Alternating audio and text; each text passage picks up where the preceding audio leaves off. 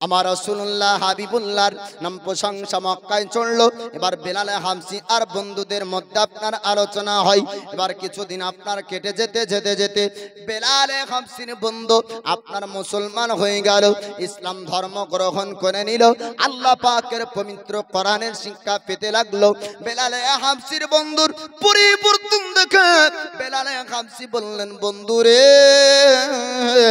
একটু তুমি জানিয়ে দাও, আমি তোমাকে পরিবর্তন হতে দেখতে পাই। পূর্বের আপনার ব্যবহার তোমার ছিল আলাদা, এখনকার ব্যবহার আলাদা, তুমি পরিবর্তন কেমন করে হলে একটু বলো বলো। বেলাল হাবশীর বন্ধু বলে, বিলাল আমাকে পরিবর্তন করেছে অসাধারণ একজন মানব, নাম তার মোহাম্মদ। জোরে বলুন সুবহানাল্লাহ।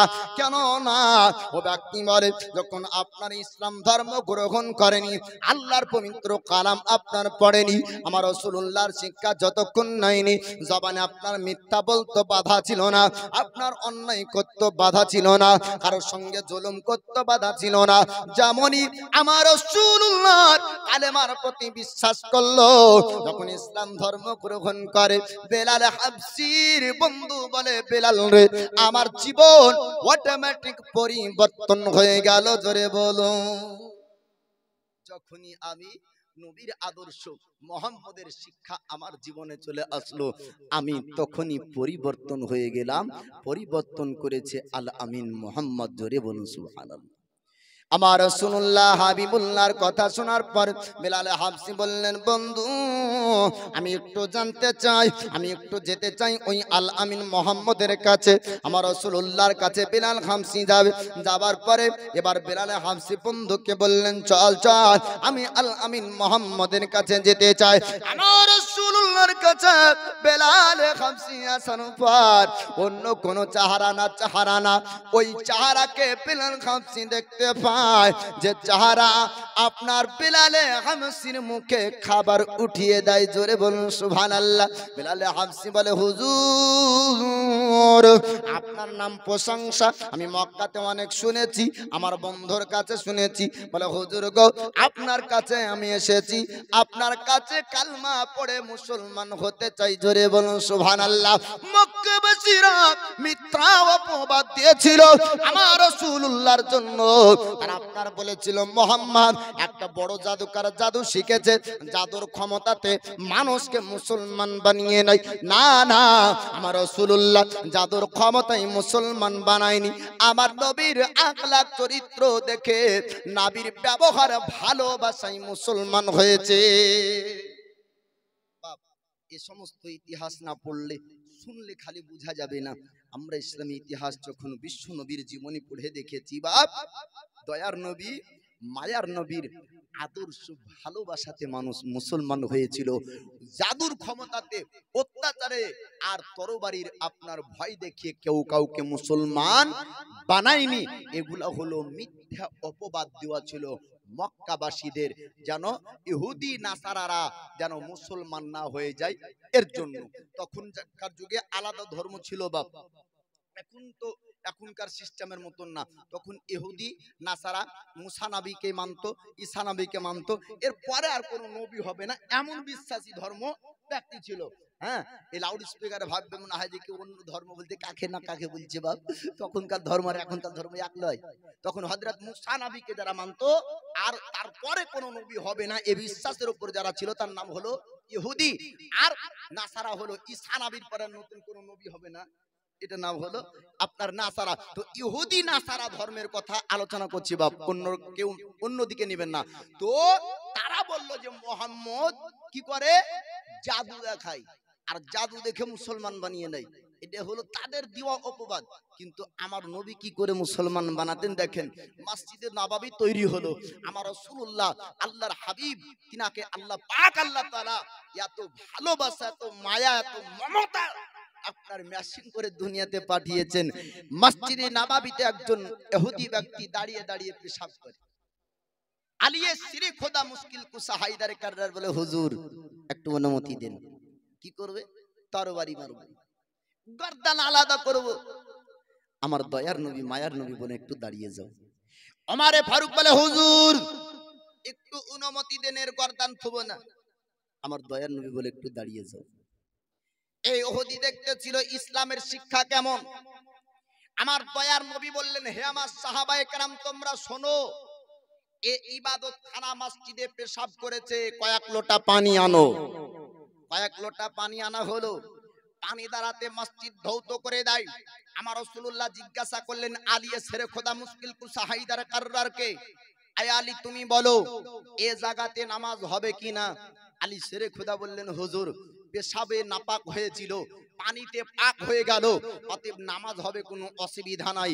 আমার দয়ার নবী বললেন, যেখানে কয়েক লোটা পানিতে সমাধা হয়ে যায় ওই জায়গাতে তরবারির প্রয়োজন নাই। জোরে বলুন সুবহানাল্লাহ। ও ব্যক্তি ছুটতে ছুটতে আসলো, আসার পরে বলে, হুজুর মিথ্যা অপবাদ দেওয়া হয়েছিল, মিথ্যা প্রচার করা হয়েছিল আপনার নামে। হুজুর গো, আপনি কাউকে জাদু করে মুসলমান বানাননি, আপনাকে দেখেই মানুষ মুসলমান হয়েছে। জোরে বলবেন না। ইসলাম শিক্ষা দেয় না কাউকে আঘাত করো, ইসলাম শিক্ষা দেয় আপনার মানুষ মানুষকে ভালোবাসো, ভালোবাসার ছায়ার তলে আনতে চাই মুসলমান। এ শিক্ষা দিয়েছে আমার দয়ার নবী মুস্তাফা। আমার রাসূলুল্লাহ হাবিবুল্লাহর কাছে এবার বেলাল হাবশি যাওয়ার পরে বলে, হুজুর আমাকে কালমা পড়ে দেন, আমাকে মুসলমান বানিয়ে নেন, ইসলাম ধর্ম গ্রহণ করতে চাই। এবার হযরত বেলাল হাবশি ইসলাম ধর্ম গ্রহণ করলেন। বেলাল হাবশি আপনার মুসলমান হলেন। মুসলমান হওয়ার পর আমার রাসূলুল্লাহ পবিত্র কোরআনের শিক্ষা আপনার দিতে লাগলেন। আল্লাহর বাণী পবিত্র কোরআন আপনার বেলাল শুনে, শোনার পর উমাইয়া বিন খালফের বাণী যায়। যাবার পরে উমাইয়া বিন খালফ বলল, ও বেলাল আমি কানে আওয়াজ পেলাম তুমি নাকি মুহাম্মদের কালমা পড়েছো, মুহাম্মদের প্রতি বিশ্বাস করেছো, ইসলাম ধর্ম গ্রহণ করেছো, তুমি নাকি মুসলমান হয়ে গিয়েছো। ওই সময়তে বেলাল হাবশী তিনি আপনার বলেছিলেন, হ্যাঁ হ্যাঁ আমি ইসলাম ধর্ম গ্রহণ করার পরে আমার জবানে মিথ্যা কথা বলি না, আমি বেলাল সত্য কথা বলি। জোরে বলুন সুবহানাল্লাহ। বেলাল হাবশীকে এবার উমাইয়া বিন খালফ বলল, ও বেলাল আমি তোমার উপর আঘাত করব যদি তুমি ইসলাম ধর্মকে না ছেড়ে দাও। বেলাল হাবশী বললেন, উমাইয়া তুই যত রকম আঘাত করবি না কেন, আমি বেলাল ইসলাম ধর্ম ছাড়ব না। জোরে বলুন সুবহানাল্লাহ। যতই আঘাত করিস না কেন ইসলাম ধর্ম আমি ছাড়বো না। বেলাল হাবশী ওই সময় বললেন, উমাইয়া বিন খালফ শোন শোন, আমি রাসূলুল্লাহর কাছে গিয়েছিলাম, আল্লাহর পবিত্র কোরআন শুনেছি, আল্লাহর পবিত্র কালাম শুনেছি, সত্য কথা বলার ব্যাপারে আমি শুনেছি, সত্য কথা বলবো। ওরে উমাইয়া আমার জানের ভয় নাই, তুই যদি আমাকে মেরেও ফেলিস, আমাকে যদি কতল করে দিস, আমি রাসূলুল্লাহর কালেমা বলতে পারবো না। বেলাল হাবশী এর কথা শোনার পর উমাইয়া বিন খালফ বলল, ও সেনা বাহিনীরা বেলালকে আঘাত করতে হবে, বেলালকে চাবুকের আঘাত করো।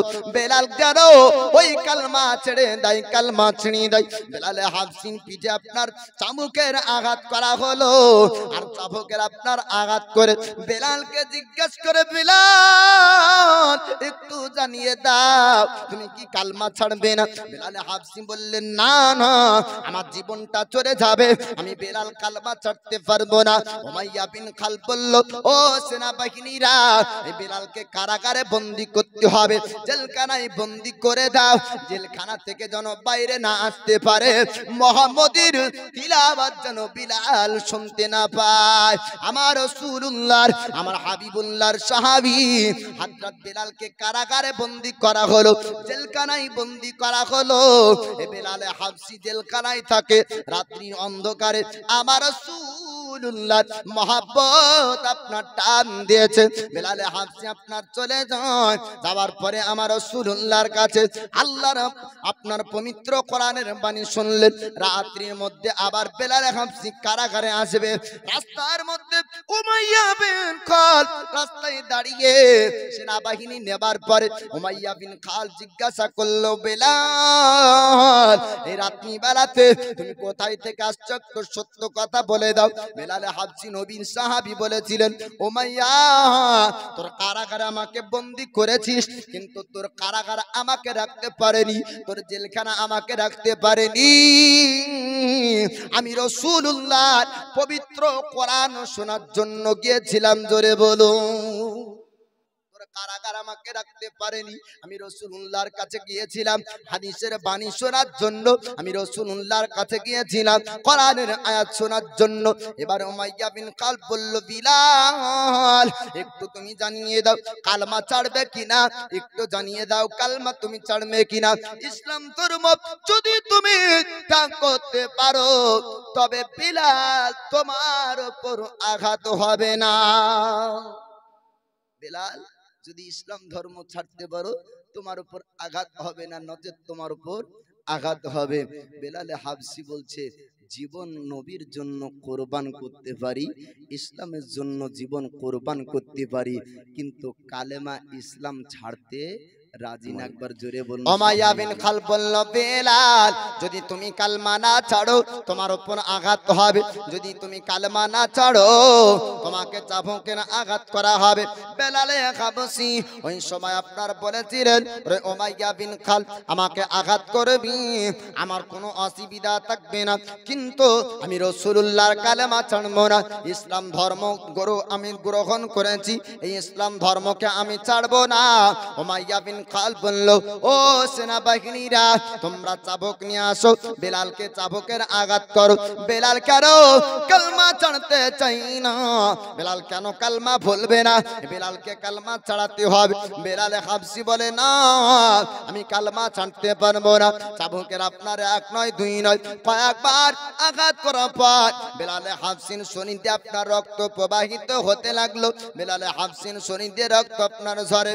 উমাইয়া বিন খালব ডাকতে বলেছিল, বেলাল এখনো সময় আছে, তুমি যদি কালমা ছেড়ে দাও, ইসলাম ধর্ম যদি ত্যাগ করে দাও, তোমাকে চিকিৎসা করব, তোমাকে ভালো করে দিব, দুনিয়াবি টাকা তোমাকে দেওয়া হবে, দুনিয়ার পয়সা আমরা তোমাকে দিব এবং তোমাকে ভালো কবিরাজ দিয়ে চিকিৎসা করাবো। বেলাল তোমাকে মক্কার একজন ধনী বানাবো, আর গোলাম থাকতে হবে না, আর তোমাকে চাকরের কাজ করতে হবে না, তোমাকে একজন সম্মানের পদে তোমাকে রাখা হবে, ইজ্জত তোমাকে দেওয়া হবে, সম্মান তোমাকে দেওয়া হবে। বেলাল একবার জানিয়ে দাও, তুমি কি মুসলমান ধর্ম ত্যাগ, ইসলাম ধর্ম ত্যাগ করবে, তুমি কি কালমা ছাড়বে? বেলাল হাবসি বলেছিলেন, ওরে উমাইয়া আমায় যত কষ্ট দিবি দে, কিন্তু আমি রাসূলুল্লাহ ভুলবো না।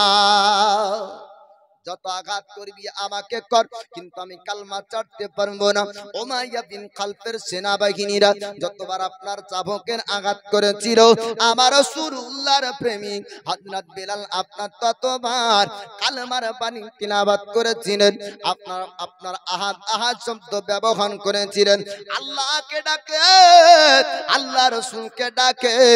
এই বেলালে হাবসিন আপনার শরীরে রক্ত প্রবাহিত হতে হতে শরীরের আপনার অনেকটা জায়গা আপনার খাম হয়ে গেল। বেলালে হাবসিকে আপনার বলা হয়েছিল, বিলাল এখনো কি তুমি কালমা ছাড়বে না, এখনো কি তুমি ইসলাম ধর্ম ত্যাগ করবে না? বেলালে হাবসি বলেছিলেন, না না আমি জীবন দিতে রাজি, আমার রাসূলুল্লাহকে ছাড়তে রাজি না। বেলালে হাবসির কথা শোনার পর উমাইয়া বিন খালব আপনার বলেছিল, ও সেনাবাহিনীরা সারা রাত বেলালকে রাখতে হবে, সারা রাত বেলাল হাবসিকে কাছে বেঁধে দাও, রাত অতিবাহিত হবে, সকাল বেলায় জিজ্ঞাসা করব বেলাল কালমা ছাড়বে কিনা। কতক্ষণ পর্যন্ত এই মুহাম্মদের আপনার মহব্বত থাকবে এটাও দেখা যাবে, ইসলামের ভক্তি কতক্ষণ পর্যন্ত বেলাল রাখতে পারবে এটাও একবার দেখা যাবে। যদি যন্ত্রণা কষ্ট যখন চটপট করবে, এই বেলালের কাছ থেকে মুহাম্মদের মহব্বত উঠে যাবে, ইসলামের মহব্বত চলে যাবে। বেলাল নিজের জানের পানা চাইবে, জানের ভিক্ষা চাইবে, তখন বেলালকে আমরা চিকিৎসা করব। উমাইয়া বিন খালব বলল, ও সেনা বাহিনীরা একটা গাছের সঙ্গে বেঁধে দাও, সারা রাত বেলাল থাকবে গাছে বাঁধা। এবার গাছে আপনার বাঁধা হলো, আমার রাসূলুল্লাহর প্রেমিক হযরত বেলাল হাবসিকে রাত আপনার অতিবাহিত হয়ে যায়। উমাইয়া বিন খালব বলল, ও সেনা বাহিনীরা চলো বেলালের কাছে যেতে হবে। সারা সারা রাত রাত বেলালে হাবশির শরীর দিয়ে রক্ত প্রবাহিত হয়, চিকিৎসার কোনো ব্যবস্থা ওখানে নাই, এখনো পর্যন্ত কেউ তাকে চিকিৎসা করেনি। বেলাল সারা রাত চিন্তা হয়তো করেছে যে সকালবেলায় কালমা ছেড়ে দিবে, এরকম চিন্তা ভাবনা ছিল। উমাইয়া বিন খালফ যাওয়ার পর সেনাবাহিনীদেরকে বলল, এবার বেলালকে একটু তুলে ধরো, বেলালকে একটু তুলে ধরো। গাছের সঙ্গে বাঁধা বেলাল সারা রাত আপনার শরীরে রক্ত ঝরেছিল। বেলালে হাবশী ওই সময়তে বলেছিলেন ইশারা করে, ওরে উমাইয়া সারা রাত কেন, সারা রাত কেন, জীবন থাকা পর্যন্ত যদি তুই চেষ্টা করিস আমি বেলাল আমার ঈমান কিনতে পারবি না। জোরে বলুন। আমরা পৃথিবীর জমিনে, আমরা দুনিয়াতে মানুষ মানুষের কাছে বিক্রি হয়ে যায়, ঈমান আপনার বিক্রি করে দিই, নাম আমাদের আপনার, আমরা মুসলমান কিন্তু ধর্মের কাজ করতে পারি না। বাবা আমার পূর্বের বক্তা কতজন ব্যক্তিকে বলল আল্লাহ রাখে 2000 3000 করে দাও, কত জোরের কান পর্যন্ত আওয়াজ দিয়েছিল। একবার মালাকুল মউতের যদি আওয়াজ চলে আসে আপনার নিকটে তবে দুনিয়া ছেড়ে চলে যেতে হবে। কাল কিয়ামতের দিন হাসরের ময়দানে আপনার কবরে কোন ব্যক্তি বলবে না এক বিঘে সম্পত্তির বিক্রি করে কিয়ামত হাসরের জন্য নিয়ে যেতে হবে।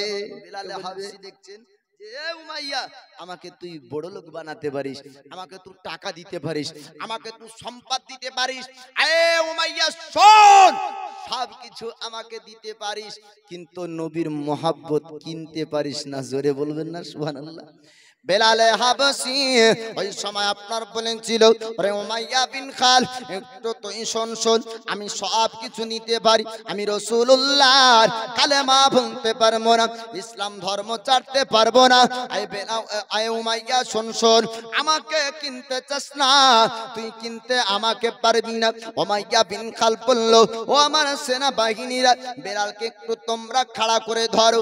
বেলালে হাবশীর শরীরের যন্ত্রণায় আপনার মাথাটা নিচু দিকে হয়ে যায়, সারা সারা রাত শরীর দিয়ে আপনার রক্ত প্রবাহিত হয়েছিল। এবার দিনের বেলায় সকাল বেলায় বেলাল হাবশীকে আবার তোলা হলো, জিজ্ঞাসা করা হলো। বেলাল হাবশী বলে, আয় উমাইয়া শোন শোন, আমি সারা সারা রাত আহাদ শব্দ ব্যবহার করেছি, আমি সারা রাত আল্লাহকে ডেকেছি, আমি সারা রাত ধরে আমার রাসূলুল্লাহর কালেমার বাণী পড়েছি, লা ইলাহা ইল্লাল্লাহ মুহাম্মাদুর রাসূলুল্লাহ সাল্লাল্লাহু আলাইহি ওয়াসাল্লাম। আমার হযরত বেলাল বলে, আমি রাসূলুল্লাহর কালেমা পড়ে পড়ে আমি রাত অতিবাহিত করে দিয়েছি, আমার শরীরের যন্ত্রণা বেদনা গুলা আমার নবীর কালেমায় আমার ওষুধ হয়েছে। জোরে বলুন। আমাদের দুনিয়ার ডক্টরের চিকিৎসায় রোগ ভালো হয় আবার নাও হয়, রোগ চিকিৎসা করার পরে মারাও যায়। সাপুরিয়ার কাছে আপনার কবিরাজের কাছে নিয়ে যাওয়ার পরে আপনার সাপে কামড়ানো বিষ পান, আপনার ভালো হয় নাও ভালো হয়। আর আমার দয়ার নবী মায়ার নবী তিনি লালা মুবারক লাগিয়ে দিলেন আবু বকর সিদ্দিকের পায়ে। এক নয় দুই নয়, 1000 বছরের পুরাতন সাপ আপনার 70 বারের অধিক এক জায়গায় আপনার সবল মেরেছিল, তো হযরত আবু বকরের শরীরের বিষ পানি হয়ে যায়। জোরে বলবেন না সুবহানাল্লাহ। এই হযরত বেলাল বলে, আমি রাত সারা রাত ধরে আমি রাসূলুল্লাহর কালেমা পড়লাম, তো আমার দয়ার নবীর কালেমা আমার জন্য ওষুধ হয়ে যায়, আমি রাত্রিতে যন্ত্রণা বেদনা বুঝতে পারিনি। উমাইয়া বিন খালফ বলল, আমার সেনা বাহিনীরা আবার তোমরা আঘাত শুরু করে দাও, আবার তোমরা চাবুক মারো। বেলালের শরীরে আপনার চাবুকের আঘাত আবার পরের দিন আপনার শুরু হয়ে গেল। আগা রাত্রিতে সারা রাত রক্ত ঝরল, পরের দিন সকাল বেলায় আবার চাবুক মারে, পানি পান করে না। ওই বেলাল হাবশীকে আপনার খাবার দেয় না, খাবার আপনার খাননি, পান আপনার করেননি। বেলাল হাবশী না খাওয়া না পান করা ব্যক্তি আপনার শরীরটা শুকে যায়। যায়, হলকমটা আপনার শুকিয়ে যায়। বেলালে হাবসিকে আবার চাবুক দিয়ে আঘাত করা হলো। এ বেলালে হাবসি তিনি আপনার মরুভূমির বাড়িতে কাবালা শরীর দিয়ে আমার রাসূলুল্লাহকে ডাক দেন। দুই চোখ দিয়ে আপনার পানি ঝরে যায়। আল্লাহর হাবিব পয়গম্বরে আজমের নাম স্মরণ করে বেলাল এত যন্ত্রণা এত কষ্ট আপনার সহ্য করে। বেলালে হাবসির কাছে আসার পরে উমাইয়া বিন খালফের সেনাবাহিনীরা বলল, ও বেলাল শেষবারের মতন জানিয়ে দাও, শেষবারের মতন তুমি বলে দাও, ওই কালমা যদি চড়াও উমাইয়া বিন খালফ তোমাকে গোলাম থেকে আজাদ করে দিবে, দামি দামি কর্মীরাজ দিয়ে দেখাবে, চিকিৎসা করে তোমাকে ভালো করবে, তোমাকে পয়সা দিয়ে ধনী বানিয়ে দিবে। বেলাল একটু জানিয়ে দাও তুমি কালমা ছাড়বে কি না, একটু জানিয়ে দাও ওই রাসূল বলবে কি না। হযরত বেলাল বললেন, না না আমি রাসূলুল্লাহর কালমা ছাড়বো না, ইসলাম ধর্ম ত্যাগ করবো না। ও সেনাবাহিনী রে, তোরা যত আঘাত করবি কর, আমি নবীর প্রেম ছাড়তে পারবো না। জোরে বলুন সুবহানাল্লাহ। উমাইয়া বিন খালফ বলল, এর ভাবে বেলাল কালমা ছাড়বে না, দুটো ঘোড়া আনতে হবে, ঘোড়ার পায়ে রশি বেঁধে দাও, বেলালের হাতে রশি বেঁধে দাও। বেলালের হাতে আপনার রশি বাঁধা হলো, আর দুটো ঘোড়ার আপনার পায়ে রশি বাঁধা হলো। সারা মরুভূমি চক্কর লাগিয়ে দেয়, সারা মরুভূমির পানিতে এ বেলালে হাবসিকে আপনার চক্কর লাগাতে শুরু করলো। পুরো আপনার মরুভূমির পানিতে বেলালের শরীরের ঘাওয়ালা শরীর দিয়ে মরুভূমির তাপানো আপনার পানিতে চলতে শুরু করে।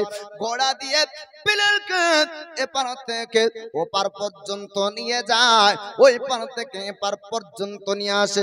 যে সমস্ত হাজিরা আপনার মক্কায় গিয়েছে, যারা আপনার মদিনায় গিয়েছে, মরুভূমির বাড়ির তাপ তারা আপনার ভালোই বলতে পারবে কেমন আপনার তাপ হতে পারে। উট চড়া মানুষের চলা ওখানে সম্ভব হয় না। রোদের যখন তাপ হয় খালি পায়ে চলতে পারে না। যদি খালি পায়ে মরুভূমির বালিতে আপনার আরবে চলে, তবে তার পায়ে আপনার ফোসকা পড়ে যাবে। বেলালে হাবসির শরীরে আপনার ফোসকা পড়ে যায়, শরীরে যন্ত্রণা বেদনায় চটপট করে। উমাইয়া বিন খালফ বলল, ও আমার সেনা বাহিনীরা, তোমরা একটু জিজ্ঞাসা করে দেখো বেলাল এতক্ষণ মনে হয় কালমা ছাড়ার সিদ্ধান্ত নিয়েছে। বেলালকে জিজ্ঞাসা করা হলো, বেলাল আর আপনার শরীর চড়ে না, জবান আস্তে আস্তে চড়ে, আমার রাসূলুল্লাহর কালমা তেলাওয়াত করে। বেলালে হাবসি বলেছিলেন, ও সেনা বাহিনীরা, আমাকে তোরা ডিস্টার্ব করিস না, আমি যত আঘাত তোদের কাছ থেকে পাই তার থেকে বেশি শান্তি পাই আমি রাসূলুল্লাহর কালমা পড়ে। জোরে বলো। এ হলো আপনার নবী প্রেমিক ব্যক্তি। এবার বেলালে হাবসিকে মরুভূমির বালিতে যত আঘাত আপনার করে, ততবার আপনার কালেমা পড়ে, যত আপনার আঘাত করে, আঘাত আঘাত শব্দ আপনার ব্যবহার করলেন। বেলালে হাবসির জন্য উমাইয়া বিন খালফ বলল, ও সেনা বাহিনী তোমরা শোনে না, এ বেলালকে তোমরা আর কালমা ভোলাতে পারবে না, আর তোমরা ইসলাম ধর্ম ত্যাগ করাতে পারবে না। ওই মুহাম্মদের কাছে এমন সুন্দর তিলাওয়াত শুনেছে, মুহাম্মদ আর তিলাওয়াত ভুলবে না, মুহাম্মদকে ছাড়বে না। বেলাল আর কালমা ভুলবে না, আর কালমা ছাড়বে না।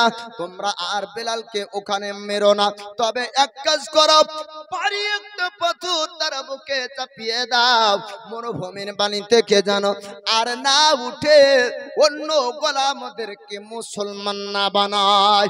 এ বেলালের আপনার বুকের কাছে একটা বড় পাথর আপনার আনা হলো, পাথর আপনার চাপিয়ে দাও, এই পাথর চাপানো থাকবে।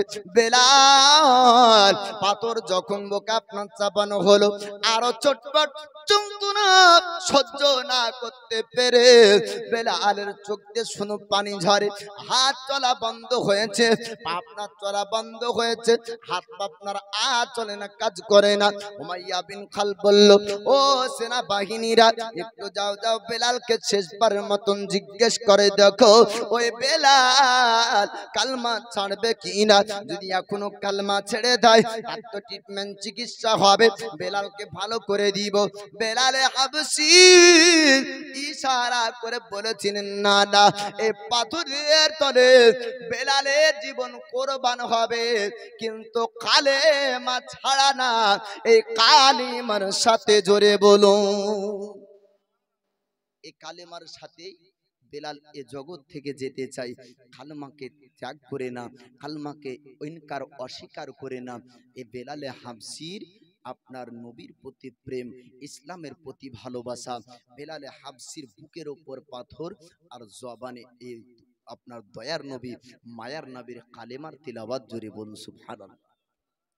আল্লাহর নবী হাবিবুল্লাহ তিনি বলেন, লা ইউমিনু আহাদুকুম হাত্তা আকুনা আহাব্বা ইলাইহি মিন ওয়ালিদিহি ওয়া ওয়ালাদিহি ওয়ান নাস আজমাইন। রাওয়াহুল বুখারী। নবী পাক বলেন, তোমরা অতক্ষণ পূর্ণ মুমিন নও যতক্ষণ তোমার পিতামাতা, দাদু দাদি, নানা নানি, আত্মীয় স্বজন, ধন সম্পদ অপেক্ষা বেশি আমাকে ভালো না বাসবে।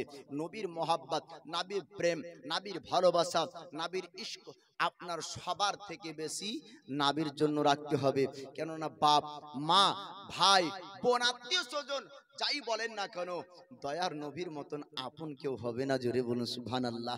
আমরা আল্লাহর বান্দা, আমরা আল্লাহর বান্দি, আমরা আল্লাহকে অতটা ভালোবাসতে পারিনি যতটা আমার আল্লাহ আমাদেরকে ভালোবেসেছেন। আমরা নবীকে অতটা ভালোবাসতে পারিনি, নবীর উম্মতকে নবী যতটা ভালোবেসেছেন।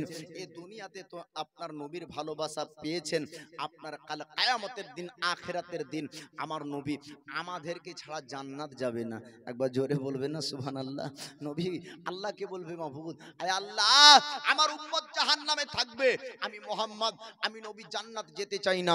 আল্লাহ বলবেন, হাবিব গো আপনি কি চান? আল্লাহ পাকের হাবিব বলবেন, আয় আল্লাহ, আমার উম্মতকে জাহান্নাম থেকে আমি জান্নাত নিয়ে যেতে চাই। কি নিয়ে যেতে চাই? জাহান্নামে আমার উম্মত পড়ে থাকবে, আমি রাসূল দেখতে পারবো না, আমি নবী জান্নাতের আরাম নিব না। আমি জান্নাতের আরাম তখনই নিব যখন আমার সাথে আমার উম্মত জাহান্নাম থেকে জান্নাতে যাবে। আল্লাহ পাক বলবেন, হাবিব গো আপনি সাজদা থেকে মাথা উত্তোলন করুন, আপনি যা চাইবেন আপনাকে তাই আতা করা হবে, দেওয়া হবে। হাদিস শরীফের মধ্যে আছে, আমার দয়ার নবী বলেন, আন আনাসিন আন্নান নাবিয়্যা সাল্লাল্লাহু তাআলা আলাইহি ওয়াসাল্লাম ক্বালা শাফাআতি লি আহলিল কাবাইর মিন উম্মতি। আমার দয়ার নবী মায়ার নবী তিনি বলেন যে আমার শাফাআতের বা দৌলতে আমার গুনাহে কাবীরাকারী উম্মতি পর্যন্ত জান্নাতি। আমার দয়ার নবীর সুপারিশে আমরা জান্নাতি হতে পারবো। দয়ার নবীর সুপারিশে নবীর উম্মত জান্নাতি হতে পারবে। তবে নবীর উম্মত হয়ে নবীর প্রেম মোহাব্বত অন্তরে রাখা আর আল্লাহর বান্দা বান্দি হয়ে আল্লাহর ইবাদত পরিপূর্ণ রাখা। বিনা আল্লাহর ইবাদতে আল্লাহ ছাড়া নবী পাওয়া অসম্ভব, আর নবী ছাড়া আল্লাহ পাওয়াও অসম্ভব। আল্লাহকে নিতে হলে নবী সহ নিতে হবে, নবী ছাড়া আল্লাহ পাবেন না। আর খালি নবীকে নিবেন বলবেন আল্লাহর হুকুম না মেনে, এটাও হতে পারে না। নবীকে নিতে হলে আল্লাহর ইবাদত, আল্লাহর হুকুম পালন করতে হবে। আল্লাহর নৈকট্য লাভ করতে হলে, আল্লাহকে রাজি খুশি করতে হলে নবীর প্রেম ভালোবাসাও অন্তরে রাখতে হবে। হযরতে বেলালে হাবশীর বুকে পাথর চাপানো, বেলালে হাবশী তবুও আমার রাসূলুল্লাহর কালেমা পড়ে। জোরে বলুন সুবহানাল্লাহ। একটু আর একটু ছোট্ট ওয়াকিয়া এটুকি আছে বাপ। এবার পাথর তো চাপানো থাকলো, বেলাল কি মারা গেল? তো বেলাল যদি এখনই মারা যায় তাহলে মুয়াজ্জিন করলো কোথায়? মুয়াজ্জিন হলো কোথায়? শুনবেন বাবা, মারা যায়নি। বলে কি হলো? এ তো বুকে পাথর চাপা দিয়ে আপনার উমাইয়া বিন খালফরা চলে যায়। কিভাবে? বেলালের বুক থেকে পাথর নামলো। আমার রাসূলুল্লাহ হাবিবুল্লাহর সাহাবী, নাম তার আবু বকর সিদ্দিক। তিনি রাস্তা দিয়ে পার হয়ে চলে যান। তিনি ছিলেন আপনার ব্যবসায়ী, ওখানে আপনার ব্যবসা করতেন। বেলালে হাবশীর এই কথা শুনিয়েছিলেন একজন মহিলা, তার তিনি হচ্ছেন উমাইয়া বিন খালফের আপনার বেটি। উমাইয়া বিন খালফের বেটি ডাক দিয়ে বলল, আবু বকর আপনি একটু দাঁড়িয়ে যান, আপনি একটু দাঁড়িয়ে যান। আপনাদের সঙ্গের সাথীকে, আপনাদের একজন বন্ধুকে আমার আব্বা অন্যায় ভাবে কষ্ট দিয়েছে। যদিও বা বেটি অন্য ধর্মের ব্যক্তি আপনার ছিল, ইহুদি ধর্মের ব্যক্তি ছিল, তার বাপের ধর্মের ব্যক্তি ছিল, কিন্তু তার মধ্যে সততা ছিল। সে দেখলো তার আব্বা অন্যায় ভাবে একজন ব্যক্তিকে কষ্ট দেয়, নিজের বেটি বাপের বাপের প্রতিবাদ করতে শুরু করলো, বলে বাপের জন্য বলে আবু বকর আমার আব্বা অন্যায় ভাবে কষ্ট দিয়েছে, তবে আপনার বন্ধুকে রাখবেন না, সঙ্গের সাথীকে এইভাবে মরুভূমিতে ফেলে রাখবেন না, একটু জানজান আপনার বন্ধু সঙ্গের সাথীকে আপনি নিয়ে আসুন। এবার হযরত বেলাল যাবার পর দেখা যায় উমাইয়া বিন খালফের সেনাবাহিনী এবং উমাইয়া বিন খালফ ওই জায়গায় পাহারা দেয়। এবার বেলালে হাবশী তিনি আপনার পাথরে চাপা, বেলাল আছেন মরুভূমিতে। আবু বকর বলে উমাইয়া একটু জানিয়ে দাও এই বেলালকে যদি আমি কিনতে চাই তুমি আমার কাছে বিক্রি করবে কিনা। উমাইয়া বিন খালফ চিন্তা করলো বেলালকে দেওয়ার কাজ করানো যাবে না, কমজোর গোলাম হয়েছে, যদিও বা চিকিৎসা করি আগের পূর্বের মতন কাজ করতে পারবে না, মার আঘাতে বেলাল দুর্বল হয়ে পড়েছে, এই বেলালকে আর আমার বাড়িতে রাখবো না, রাখলেও তো কোনো কাজে আসবে না, বেলালকে যদি বিক্রি করে দিই তবে তো টাকা পয়সাটা পাবো, ওটাই লাভ মুনাফা হয়ে যাবে। উমাইয়া বিন খালফ বলল আবু বকর বেলালকে বিক্রি করতে চাই, তবে কত টাকা মূল্য দিবে একটু জানিয়ে দাও। আবু বকর বললেন উমাইয়া আজকে সারা দিন যত আমার ব্যবসায় লাভ মুনাফা হয়েছে আমি সমস্ত টাকাগুলা তোমাকে দিতে চাই, বিনিময়ে আমি আবু বকর বেলাল নিতে চাই। জোরে বলুন। আবু বকর সিদ্দিক হযরত বেলালকে আপনার খরিদ করলেন, কিনে নিলেন, নেবার পর বেলালকে জিজ্ঞাসা করে বেলাল একটু তুমি জানিয়ে দাও তুমি কোন জায়গায় যেতে চাও। বেলাল ইশারা করে বললেন ও আবু বকর আমি অন্য কোন জায়গা না, কোন জায়গা না, আমি রাসূলুল্লাহর চেহারা মুবারক দেখতে চাই।